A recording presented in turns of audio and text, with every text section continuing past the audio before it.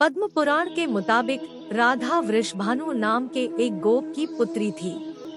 कुछ विद्वान मानते हैं कि राधा का जन्म यमुना नदी के पास स्थित रावल गांव में हुआ था।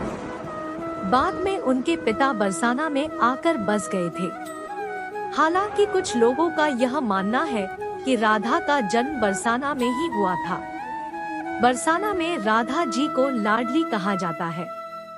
ब्रह्मवैवर्त पुराण के अनुसार राधा जी कृष्ण से 4 साल बड़ी थी और उनकी मित्र थी। राधा जी से जुड़ी कई अन्य मान्यताएं भी हैं।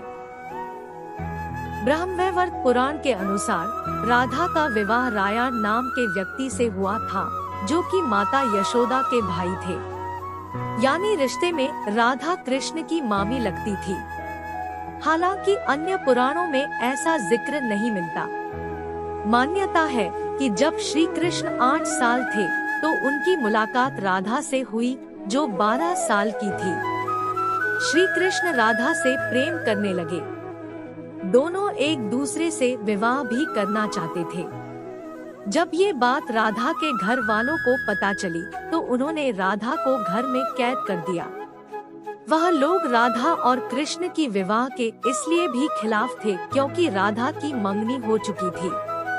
कहा जाता है कि श्री कृष्ण ने राधा रानी से शादी करने की हट कर दी थी। इस पर यशोदा माता और नंद बाबा उन्हें ऋषि गर्ग के पास ले गए। ऋषि गर्ग ने भी कान्हा को बहुत समझाया।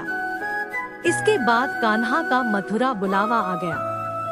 वह हमेशा के लिए वृंदावन छोड़कर मथुरा चले गए। उन्होंने राधा से वादा किया था कि वह वापस लौटेंगे, लेकिन वह कभी वापस नहीं आए। न ही राधा जी के मथुरा या द्वारका जाने का जिक्र मिलता है। राधा और कृष्ण का विवाह न होने के कई कारण बताए जाते हैं। इसमें से एक कारण नारद जी का श्राप भी माना जाता है। रामचरितमानस के बालकांड के अनुसार माता लक्ष्मी के स्वयंवर में नारद जी भी जाना चाहते थे। भगवान विष्णु ने नारद जी के साथ छल करते हुए उन्हें खुद का स्वरूप देने के बजाय वानर का स्वरूप दे दिया, जिसकी वजह से माता के स्वयंवर में नारद जी का काफी उपहास हुआ। जब नारद जी को इस बात का पता चला तो वह बैकुंठ पहुंचकर विष्णु जी से बहुत नाराज हुए और श्राप दिया कि उन्हें पत्नी की वियोग सहना होगा।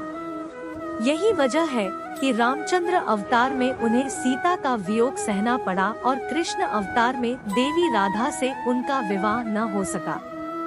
एक मत यह भी है कि देवी राधा ने ही श्री कृष्ण से विवाह के लिए मना किया था। राधा यशोदा पुत्र कान्हा से प्रेम करती थी, लेकिन जब वह मथुरा गए तो राधा रानी खुद को महलों के जीवन के लिए उपयुक्त नहीं मानती थी। लोग चाहते थे कि श्री कृष्ण एक राजकुमारी से विवाह करें। इसलिए राधा ने श्री कृष्ण से विवाह न करने की ठान ली। ये भी कहा जाता है कि राधा को महसूस हो चुका था कि श्री कृष्ण भगवान का अवतार है। वह खुद को एक भक्त मानने लगी थी। राधा श्री कृष्ण की भक्ति में लीन हो चुकी थी। वह भगवान से विवाह नहीं कर सकती थी। भगवान श्री कृष्ण की शरारतों, उनकी लीलाओं और छल सभी कुछ मनुष्य के लिए कोई न कोई सीख ही थी।